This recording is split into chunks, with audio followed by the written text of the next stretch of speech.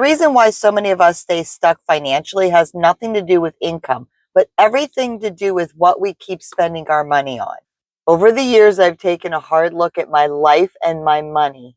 And it's not about just paying the bills and making more money. The reason why things weren't improving came down to my money habits. And once I started paying attention, I saw exactly where my money was going. One thing I stopped spending my money on was bingos. And this one's hard to admit because it seems so harmless.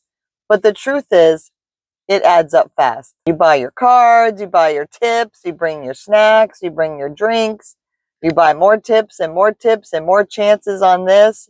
You do the Chinese auction. Before you know it, your real money is gone. I was only going because my girlfriends loved to go, and I would go with them.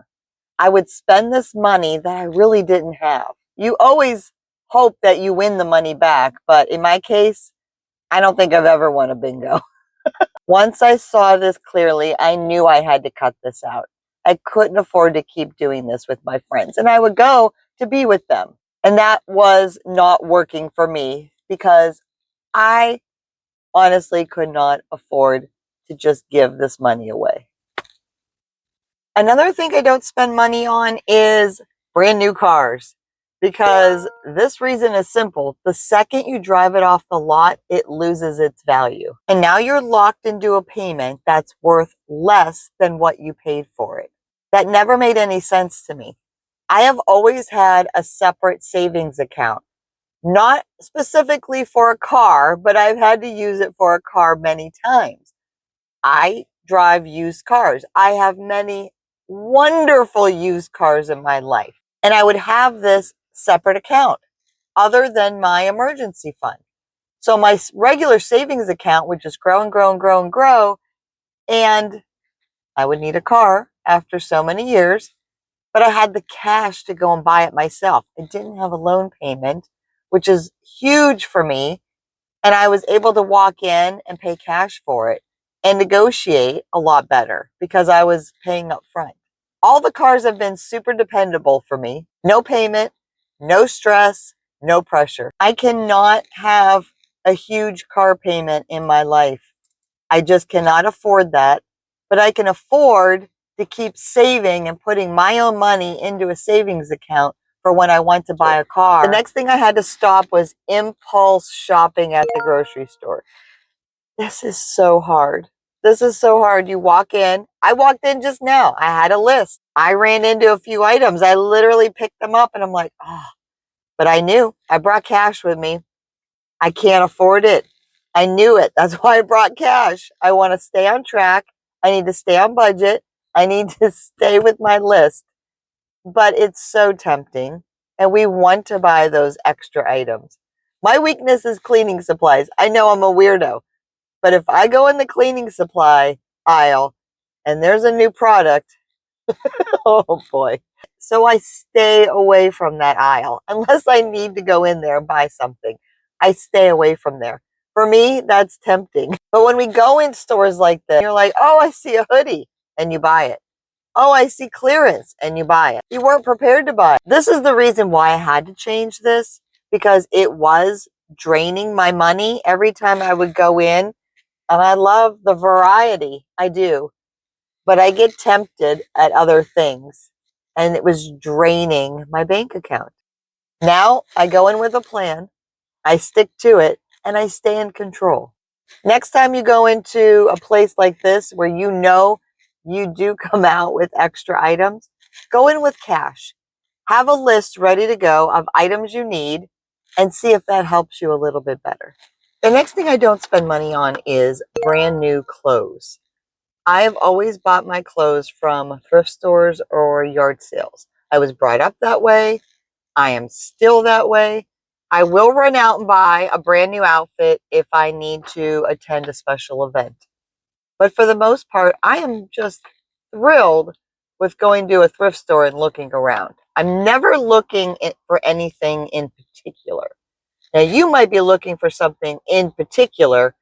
In that case, going to a store directly and buying what you need makes more sense. I don't need to dress a certain way for work. I don't never am in the need of anything in particular. except jeans. I love my jeans. I do find a lot of my jeans at thrift stores. I will not buy my jeans at yard sales because you can't try them on. And if I'm really running low on my jean collection, I will go out to the store. But for the most part, I can find that at the thrift stores. I do not buy items just because they are marked down cheap. If I see a shirt for $1 somewhere, that's a great deal. And if I'm not sure I'm going to wear that shirt, I will not buy it. I'm not going to buy it just to buy it because that's how we collect extra stuff in our house. And that's a whole other video on decluttering. To me, brand new outfits at the store are ridiculously priced anymore. And I can find a similar, different outfit usually at the thrift stores and the consignment shops and the yard sales. I have scored many of wonderful, wonderful outfits that I still have to this day that I've only bought for a quarter or 50 cents at a yard sale. And I brag about it because I saved so much money.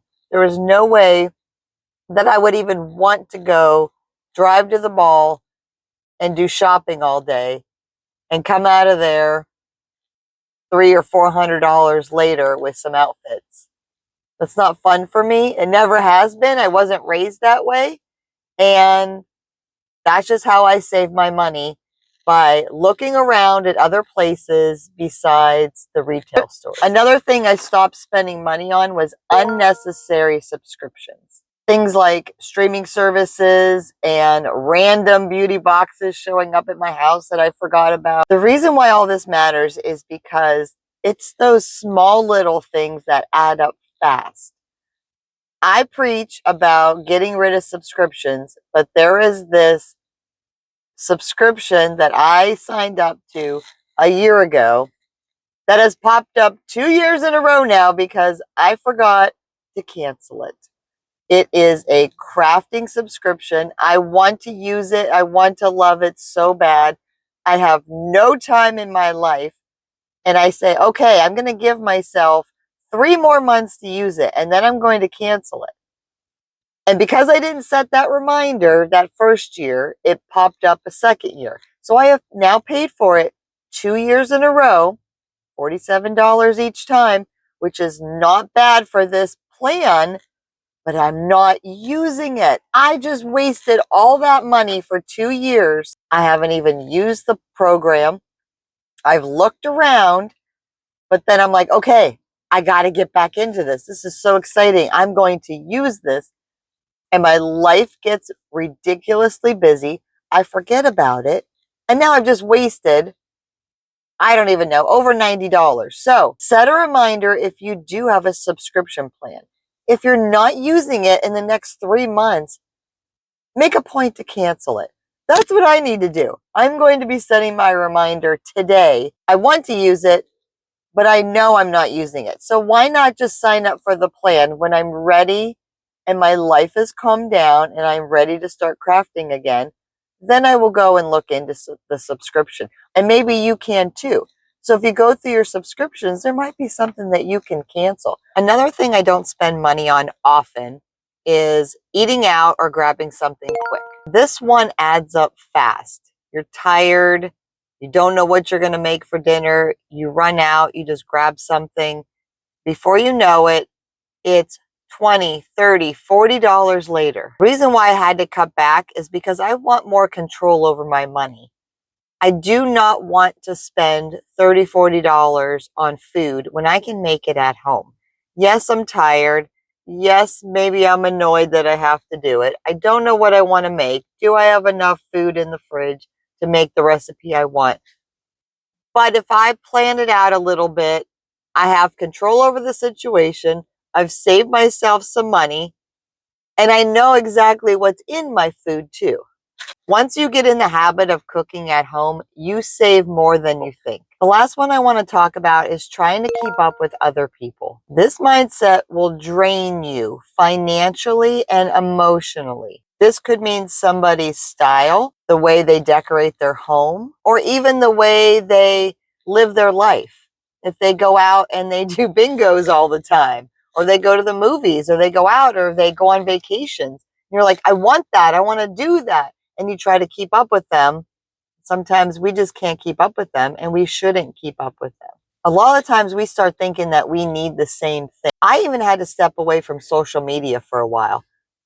I was on social media and I was watching these people, and they had beautiful kitchens, beautiful homes, beautiful relationships. Everything was gorgeous. I'm like, how do they afford those homes? How do they, what, how much money do they make to have these gorgeous things? They had these gorgeous pieces in their house as they're filming these videos, And I'm like, is it fake? Is it real? Is it really their house? And it was like, I was like, too much. I was comparing myself to them, and it's not healthy. The reason why I had to stop myself is because I don't live like that. I never will live like that. I am a regular person in a regular home doing regular things. I will never live in a gigantic home like these people have. But I cannot do the things that my friends are doing sometimes, and that's okay. They want to go on lavish vacations, or go to a bingo, or go to the movies every weekend. That's not me. I don't want to spend my money on that. And I had to learn that. I just cannot keep up with some of my friends. And now I have chose peace over pressure. I'm not perfect. I'm still working on all of this. But I've learned something important. I don't need more things. I just need peace in my life. And the reason why that matters is because peace comes from being in control of your life and your money. This is how it works. Small changes, honest decisions, and staying aware. That's where real progress starts. Thank you so much for joining me this week. I hope you got something out of this video. And if you did, please take a minute to subscribe to my channel and like it. And I will see you all next week.